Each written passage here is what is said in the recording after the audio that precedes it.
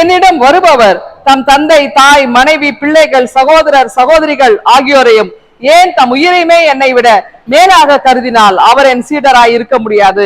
லூக்கா 14ஆம் அதிகாரம் 26வது வசனம். இன்றைக்கு சிடி ஸ்டட் ஐயா அவர்களுடைய நினைவு நாளா இருக்கு.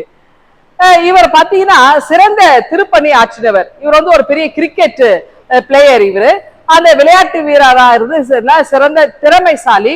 ஆனால் இதையெல்லாம் ஆண்டவர் இயேசுவுக்கு முன்பாய் ஒன்றுமில்லைன்னு சொல்லி தன்னுடைய செல்வத்தையும் தன்னுடைய எல்லாவற்றையும் விட்டுவிட்டு இயேசுவுக்கு பின்னாக போனார்.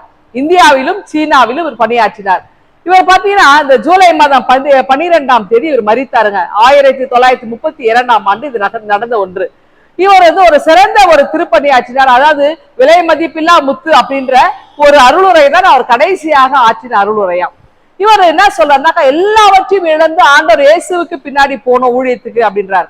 அவருக்கு பின்னாடி போறவங்க தான் உண்மையான சீட் என்றார். அப்படின்னா அம்மா, அப்பா, பிள்ளைங்க, மனைவி இதெல்லாம் இருக்கக்கூடாதுன்னா அதற்கு அவர் என்ன சொல்றாருன்னா, அந்த வசனத்தை தெளிவாக புரிந்து கொள்ள வேண்டும் அப்படின்றார். அதாவது இதெல்லாம் விட்டுட்டு வான்னு சொல்லல, கடமைகளை அவர்களுக்குரிய கடமைகளை நீங்கள் செய்ய வேண்டும், இதையும் நீங்கள் செய்ய வேண்டும் அப்படின்றதான் அவர் வந்து பல நேரங்களை வலியுறுத்துகிறார்.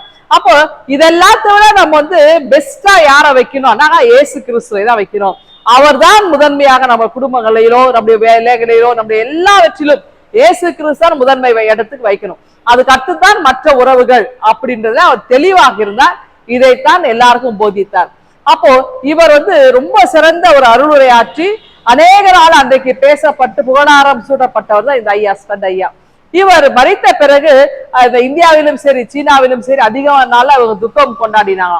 அதாவது சிறந்த ஒரு அருளுரையாளராக இருந்து எல்லோரையும் ஆண்டவர் இயேசுவுக்கு நேராய் வழி நடத்தினார். குறிப்பாக திருமறை வசனங்களை சரியாக போதித்து அதை புரிந்து கொள்ளுமாறு மக்களுக்கு அவர் அழைப்பு கொடுத்தார். ஆகவே ஸ்டட் ஐயா அவருடைய வாழ்வுக்கு நன்றி சொல்கிறோம். நாமும் வசனங்களை சரியாக புரிந்து கொண்டு செயல்பட நமக்கு பரிசுத்த ஆவியானவர் துணை செய்வார். இந்த சிந்தனையோடு இந்த நாளை நீங்கள் துவங்குங்கள். ஆண்டவர் உங்களை ஆசீர்வதிப்பாராக. ஆமீன். எங்கள் அன்பின் ஆண்டவரே, நாளை எங்களுக்கு ஆசீர்வாதமாய் அமைய கிருபை தாரும். மீட்பரை ஜெபிக்கிறோம் எங்கள் அன்பின் கடவுளே. ஆமென்.